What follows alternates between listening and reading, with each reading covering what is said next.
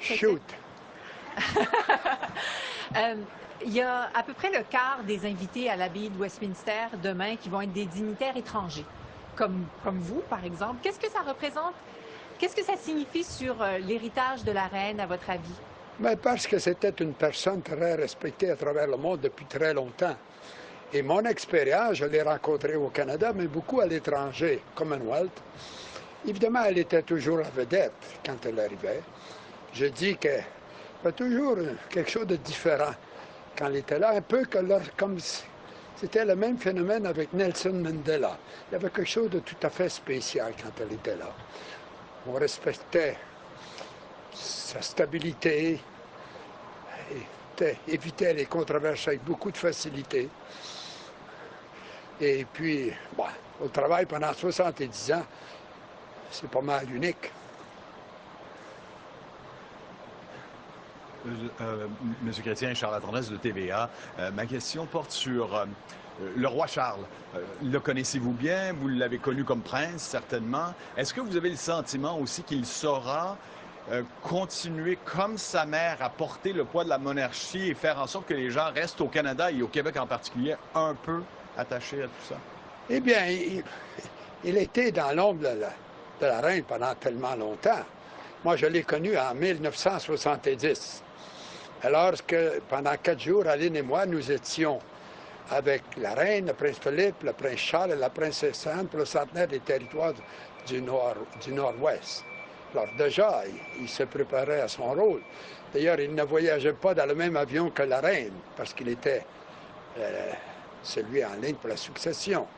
Alors moi, je voyageais avec la reine, c'était le prince Philippe, et Aline voyageait avec le prince Charles et la princesse Anne. Et c'était des jours agréables. Qu'est-ce que vous attendez demain? Qu'est-ce que ça signifie pour vous, ce jour de funérailles? Bien, c'est tourner la page sur une période importante dans l'histoire de la monarchie, particulièrement en Grande-Bretagne et ailleurs dans le Commonwealth.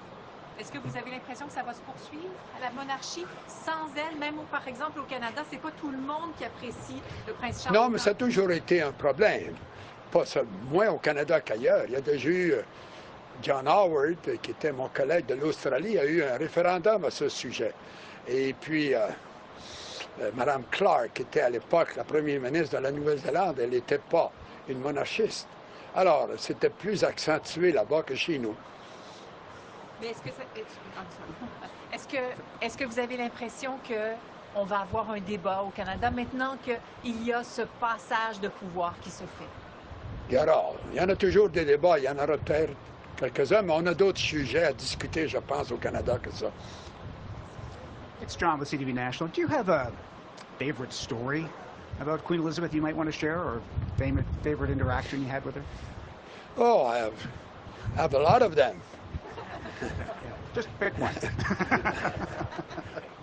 You know, one day I was in the Northwest Territories. There was 5,000 people. And the master of ceremony was too shy to go and sing "O Canada." So the call of duty, I went to the mic. I started to sing "O Canada," but I didn't know the word in English. So nobody came along. I was sweating. My wife had never been so shy in her lifetime. And I was able to say to the Queen after that, very few Canadians have been soulless for the royal family. So the next summer, Prince Charles, when he saw me, he said, "Are you Monsieur Chrétien?"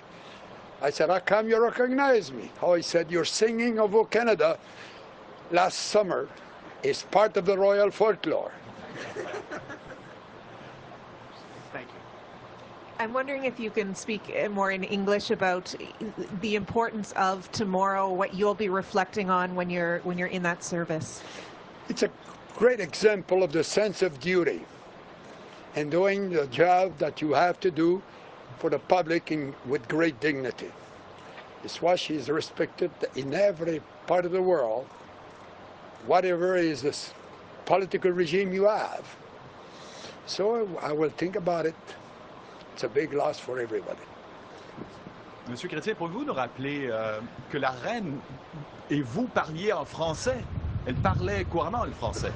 Ah oui, Vous avez des conversations, des moments avec elle? Non, non, mais quand nous étions dans l'avion pendant 4 jours dans les territoires du Nord-Ouest, elle était assise aux côtés de moi.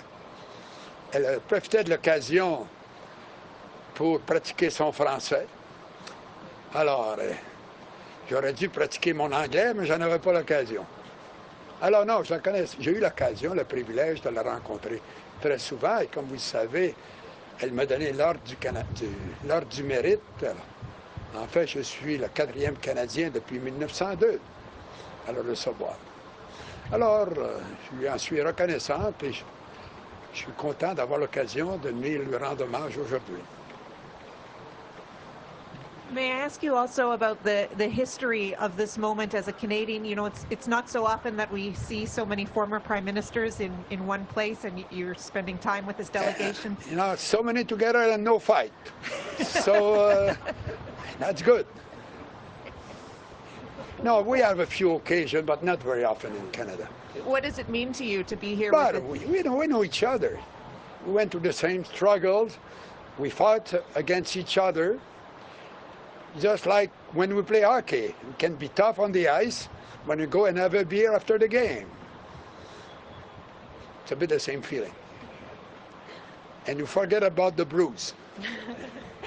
Okay, merci. D'autres? Oh, I was just wondering, what do you think other world leaders could learn from the Queen? You were talking a little bit about it in French. To keep your cool. She never lost her cool, I guess. In public. In private, I don't know. Mr. Chrétien, just one more question. It's going to be interesting tomorrow. All these world leaders and former world leaders are going to be on buses all together. Can you just tell us about what you're thinking about that? Oh, it's not the first time. It's used many times, you know, now. It's a good way to take the people around in buses. It's like a summer good feeling, camp for you know, to leaders? start in a bus. Not get in the bus in Ottawa, but get on the bus in London. That's what would happen tomorrow. Thank you. Bye-bye. Au revoir. À la prochaine.